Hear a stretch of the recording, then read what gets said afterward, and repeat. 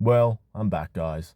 Officially this time, because the last video I posted was just my old fight. But anyway, I'm back after my ban, thanks to my fucking MMA Joey video. I got banned off YouTube for a week, and the video got taken down, which is a shame, because it was about to blow up. Maybe I'll do a revised version that won't get reported, but I figured in the time of my ban, UFC 329 got announced, Conor McGregor versus Max Holloway, and I thought I would just give my thoughts on it. And honestly, Conor McGregor is going to KO Max Holloway in the first round. He's going to come out in his karate stance, throw his spinning back kick, be like, oh yeah, bait Max Holloway into a counter left hand, and just boom, put him to sleep. And I'm just fucking with you guys. I don't actually think Conor McGregor is going to stand any chance against Max Holloway at all. This image you see before you is honestly just wishful thinking. Like, I actually know people that genuinely think that Conor's going to win, and they're actually breaking down the X's and O's. Like, I think some of you people are overthinking this shit. This is what's going to happen in the fight. This image you see before you, Conor McGregor is going to get slimed out. And honestly, I can't even believe the UFC are making this fight. Like, there's so many other people they could have given him. Even if they were going to slime out Conor, they could have at least given him, like, Rufy or a prospect that they can build, not Max Holloway, who's coming towards the end of his career. But yeah, I think Conor McGregor stands very little chance in this fight. I mean, he hasn't fought in 5 years. He lost his last 2 fights, broke his leg, has been drinking and partying and doing cocaine and all kinds of other shit. And now he's going to come back to the octagon. Admit it, he has looked all right in his training footage, but again, it's fucking training footage. McGregor's going to look good for 30 seconds. He's going to tag Max Holloway with a left hand to make everyone think he's back. Then Holloway's going to circle out and start hitting McGregor back, and McGregor will crumble. Maybe he makes it to the end of the first round. Maybe he gets beat up pretty badly, but somehow manages to cockroach his way to the end of the first round. I think he immediately gets put out in the second. Like, I do not see this going past 2 rounds, regardless of who wins.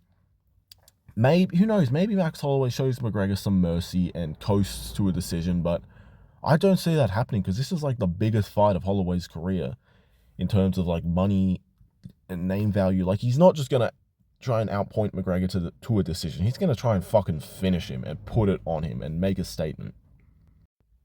McGregor would have been competitive with Max 6 or 7 years ago, but too much time has passed. He's been out of the game for too long. Holloway's been active. Like, a year and a half ago, Max Holloway was competitive with Ilia Topuria, who's like the best fighter in the world right now, arguably pound for pound #1. McGregor was fucking snorting coke and being all like, stand your base, yeah, and just getting coked out. 2 years ago, Holloway slaughtered Justin Gaethje. 2 years ago, Conor was looking stoned in interviews with Jake Gyllenhaal. You guys remember this interview that Conor did leading up to that Roadhouse movie, which was probably a couple weeks before UFC 300, where Conor was just tweaking the fuck out, and even Jake Gyllenhaal was looking at him like, yo, dude, you good? And this was actually before the Chandler fight, which had me concerned, even though I actually picked him to beat Chandler. That's because, you know, Chandler's a good company man. But it's not just this. Time and time again, we see McGregor constantly drinking and partying and not training. Like, occasionally you see him beating up kids in Italy or whatever, or cans in the gym, but he just hasn't been taking the game seriously. Not like Max Holloway. Max Holloway, like I said, has been going through killers. Like, this is exactly what happened the last time when he fought Dustin Poirier, and McGregor was close to his prime then than he was now. Poirier spent the last 5 years since McGregor's win against Eddie Alvarez being active, fighting for belts, fighting top contenders, getting into wars, and staying active, whereas McGregor spent the last 5 years drinking and partying and fighting like once every couple of years. It's almost the exact same situation now. Only difference is McGregor's coming off losses. He's older now. He's broken his leg. And most importantly, he hasn't fought in 5 years. At least when McGregor was going up against Poirier, he had one against Cowboy. He did have a decent fight against Khabib. Like, he at least had a win, or like, he hasn't fought in 5 years. Like, and he's pushing 40. Do people genuinely think McGregor stands a chance? Like, honestly, I think people are overthinking this. I honestly think all past footage of McGregor should just be completely ignored, because I don't think that we're getting any of those versions of McGregor. In all honesty, they should have just given McGregor Michael Chandler, because Chandler's the only person who's stupid enough to not take advantage of the fact that Conor's probably going to be completely washed. Like, even just looking at footage of him hitting the pads, he looks so slow and stiff compared to how he used to be. And he probably will, given the fact that he's pushing 40 and he's been drinking the last 5 years. And he looks okay in the sparring footage, but again, it's against cans. Like, these are not UFC caliber opponents. Honestly, they should have given Conor a can, or even someone like Beneil Dariush. Honestly, it should have been Beneil Dariush, because all Conor's got to do is hit him once and Beneil goes down. Like, I want to see Conor win. I think we all want to see Conor win. Because if Conor wins, it brings a new level of excitement that a lot of these guys just don't have. Ilia Topuria, for fuck's sake, is not Conor. Yeah, he's more skilled than Conor. He is better than Conor. And will probably have twice the legacy that Conor will ever have. But he just isn't Conor. Like, he doesn't bring the same excitement. He's terrible on the mic. And O'Malley, oh, don't even get me started on O'Malley. None of these guys are ever going to be Conor, so this is probably his last run, and it would be good if you could make one last title run, even though, let's be real, he gets decimated by Ilia and Islam. I mean, it'll probably be him fighting Islam if he wins against Max Holloway, because he doesn't want to cut to 155, clearly.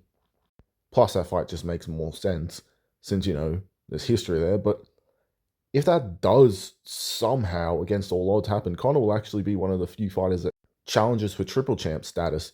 It'll just be him and Alex Pereira, and can you imagine if he somehow beats Islam? Khabib might actually come out of retirement for that, and then we'll get Conor Khabib 2 for the welterweight title. Not that that will ever happen, ever in a million years, because let's be real. Max Holloway's going to destroy Conor, and if Conor somehow, against all odds, beats Holloway, he gets absolutely murked by Islam. So, yeah, let's be real. And can you imagine what the rest of the welterweights would do to him? Like, imagine Carlos Prates against Conor, and they were actually going to make that fight, apparently. Yikes. Now, with that being said, how can Conor realistically win this? Honestly, he's got to do a Pereira and Kalaev 2 situation. He's just got to press Max Holloway from the bell, because that's when Conor's at his best. He's got to try and stun Max Holloway with a big left hand early, try and get him on wobbly legs, and then just swarm him, because let's be real, he's not going to knock Max out cold.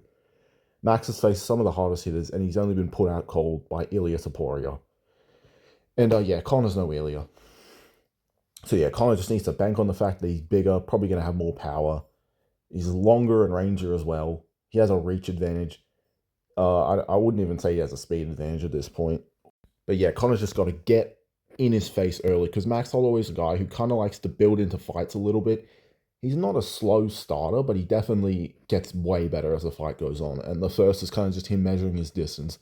He can't let Max do that at all. He's got to go at him from the bell, try and clip Max with something big, and just swarm him and pray the ref stops it early. That's honestly the only path I see to Conor, is an early-ish stoppage. Kind of like the Cannonier-Mavov fight, where though he's hurt enough to justify the stoppage, it's still going to be considered a controversial stoppage. Like, that's all Conor's got going for him, because he's not going to knock Max out cold. He's not submitting Max. He's not winning a decision. He's not out grappling him to a decision. I don't know what makes people think that's going to happen. But yeah, that's his only path to victory. Press Max from the bell, clip him with something big enough to justify a stoppage, and yeah, be done with it. And just absolutely swarm Max, empty the tank early, because that's all Conor's got going for him in this fight. Because I guarantee you, after 5 years, Max is going to have an experience, speed, timing, cardio, pretty much nearly every possible advantage, except for size, reach, and power.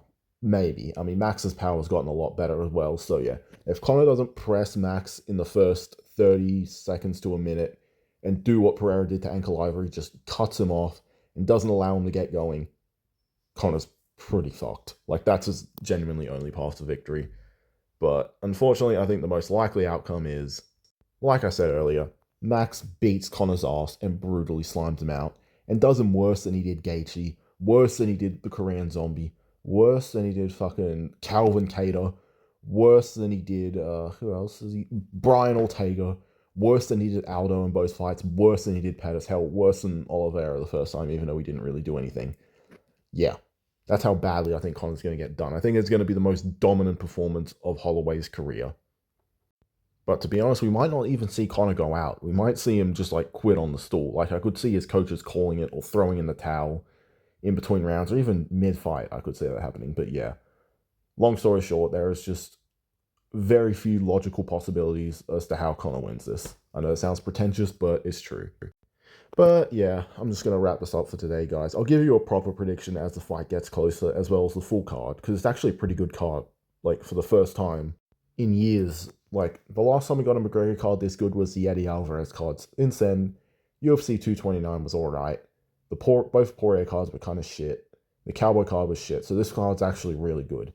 So I'll give you a full card breakdown happily. But that's going to do it for today, guys. Please like the video, subscribe, comment, share, hashtag all hail the Marlin Army, and I'll see you guys pretty soon for my White House predictions. Goodbye.